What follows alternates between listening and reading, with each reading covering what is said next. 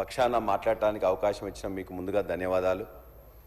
అదేవిధంగా మా భారత రాష్ట్ర సమితి నాయకులు కల్వకుంట్ల చంద్రశేఖరరావు గారికి కూడా ధన్యవాదాలు తెలియజేస్తూ, ఆ గవర్నర్ ప్రసంగం చూస్తే ఎప్పుడు కూడా ప్రభుత్వం యొక్క డాక్యుమెంట్గా పాలసీగా ఉంటుంది.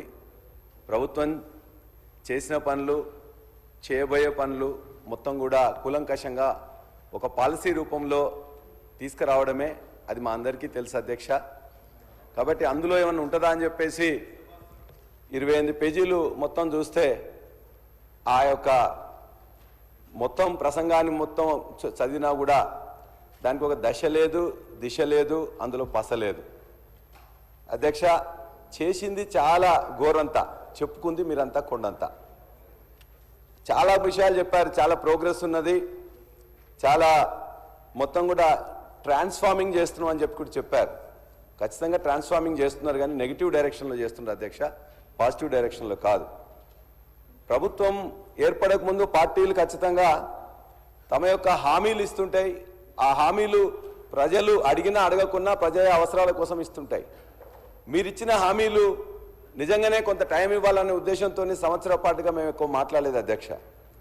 మీరు ఎవరు ప్రజ అడగకున్నా మీరు బాండ్ పేపర్స్ ఇచ్చిండ్రు, నమ్మకం కలిగించడానికి డేట్స్ ఇచ్చిండ్రు, అదేవిధంగా డెడ్ లైన్స్ ఇచ్చిండ్రు, కానీ వాటిని ఇప్పటివరకే అన్ని అంశాల మీద కూడా పదే పదే తప్పిండ్రు అధ్యక్ష.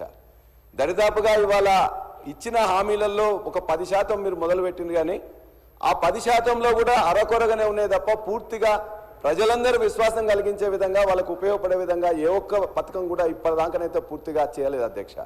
మిగతా 90% హామీలు కూడా ఖచ్చితంగా ఇవాళ చేయలే.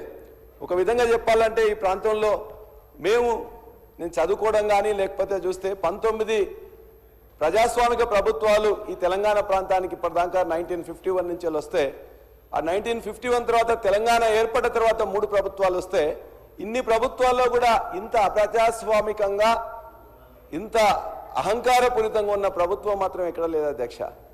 అంతేకాదు అధ్యక్ష, అనుభవాలు ఏమితో ఇవాళ అత్యంత తక్కువ కాలంలోనే అప్రతిష్ట మూట కట్టుకున్న ప్రభుత్వం ఈ ప్రభుత్వంగా ప్రజలందరూ భావిస్తున్నారు అధ్యక్ష. అంతేకాదు అధ్యక్ష, ఇవాళ అనేక హక్కులను ఎవరన్నా నిజంగా ఈ పని చేయలేదని చెప్పేసి ఎక్కడ ఎవరన్నా అడిగితే, గ్రామాల్లో కరెంట్ రాలేదనో, పంట ఎండిపోతుందనో ఎవరైనా జర్నలిస్టులు పోయి అక్కడికి అడిగినట్లయితే ఆ జర్నలిస్టుల మీద కూడా కేసులు పెట్టే, మహిళా జర్నలిస్టుల కేసులు పెట్టే దుస్థితి మాత్రం ఏనాడు ఏ ప్రభుత్వంలో రాలేదు అధ్యక్ష.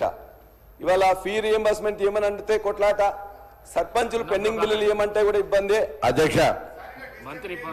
అరే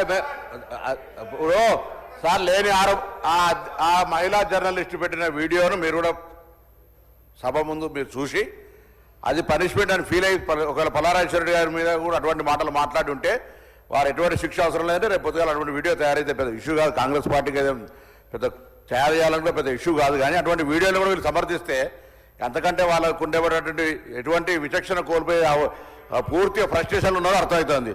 అనుభవం గురించి మాట్లాడుతారు. ఎవరికి అనుభవం లేదు అధ్యక్ష? కాంగ్రెస్ పార్టీకి అనుభవం కావాలా? అనుభవం గురించి మాట్లాడుతూ ఉన్నారు, లేకపోతే పెద్ద అనుభవ రాహిత్యంగా పని జరుగుతుంది అంటున్నారు.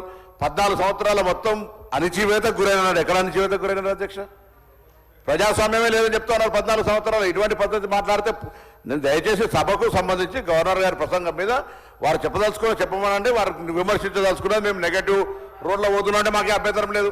గవర్నమెంట్ మేము 14 నెలల్లో మేము ప్రభుత్వం దిశ వేరుగా పోతా ఉన్నది, అవన్నీ మాట్లాడుకోండి. కానీ ఒక మాకు జర్నలిస్ట్ అంటే గౌరవం ఉంది.